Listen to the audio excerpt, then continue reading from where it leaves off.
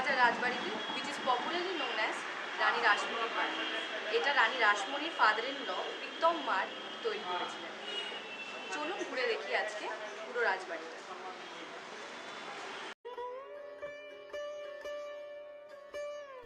1792 সালে এই বাড়িটি প্রীতিরাম দাস অর্থাৎ রানী রাসমণির শ্বশুরমশাই বানিয়েছিলেন।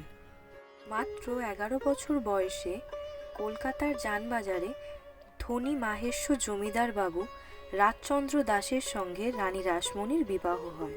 1804 সালে রাজচন্দ্রের সঙ্গে রানী রাসমণির বিবাহের 2 বছর পর প্রথম কন্যা পদ্মামণির জন্ম হয়।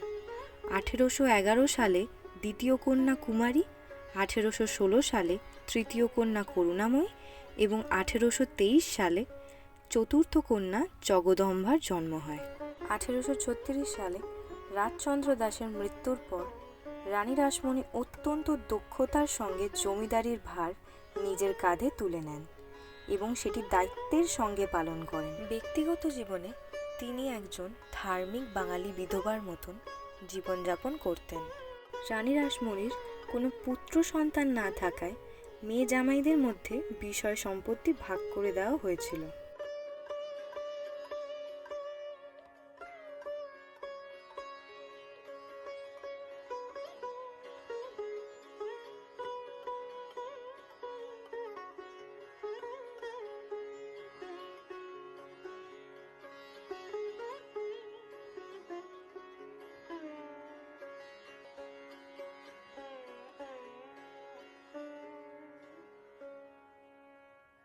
দুর্গা দালানের ওপরের অংশটাতে নানান কারুকার্য করা রয়েছে, মোটা মোটা থাম দিয়ে ঘেরা এবং ওপরের বর্গার কাজটা অপূর্ব সুন্দর।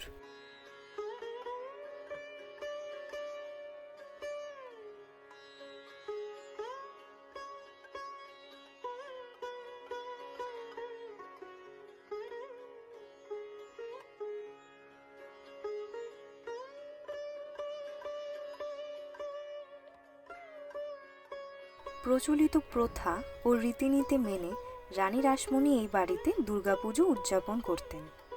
সে প্রতি বছর নিজের দায়িত্ব নিয়ে পুজোটি সম্পন্ন করতেন। এখানে দুর্গা দালানে মা দুর্গার ঘট পাতা আছে। দুর্গাপুজোর কিছু বিশেষত্ব নিয়ম রয়েছে। এই বাড়ির প্রতিমা কোনো শিল্পী তৈরি করেন না। প্রতিমা তৈরি দায়িত্বে থাকে বীরভূমের চিত্রকররা। ছাঁচে তৈরি নয়, মূর্তি বানানোর গোটা কাজটা হয় হাতে। এই বাড়িতে দুর্গাপুজো শুরু হয় প্রতিপদ থেকে। এখানে অন্নভোগ দেওয়া হয় না, ভোগ হয় লুচি, মিষ্টান্ন ও ফল। তবে আজও পুরনো রীতি মেনে মেয়েরা প্রতিমার বাঁদিকে ও ছেলেরা প্রতিমার ডান দিকে দাঁড়ায়। বনেদি বাড়ির পুজোয় সবসময় ঐতিহ্যের রং, রস ও গন্ধ মেশানো থাকে। অনেক ইতিহাস জড়িয়ে থাকে কাঠ, থাম, ঠাকুর দালান, বারান্দা জুড়ে। রানী রাসমণির বাড়ির পুজো তেমনি একটা ইতিহাস ও আভিজাত্যের মেলবন্ধন। বর্তমানে আগের মতো যশ, জৌলুস, জাঁকজমক না থাকলেও আজও মাথা উঁচু করে রানী রাসমণির ঐতিহ্যময় বাড়িটি দাঁড়িয়ে আছে। এই বাড়িটির প্রধান আকর্ষণ শুধু এই দুর্গাপুজো নয়, রানী রাসমণির এই মূর্তিটাও কিন্তু একটা বিশেষ আকর্ষণ এখানের। এই বাড়িটা যেন সাবেকিয়ানায় পরিপূর্ণ। প্রতি বছর নিয়মিত দুর্গা দালানে পুজো হয়। নানান লোকজন আসে নানান জায়গা থেকে এই উৎসবটাকে ভাগ করে নিতে।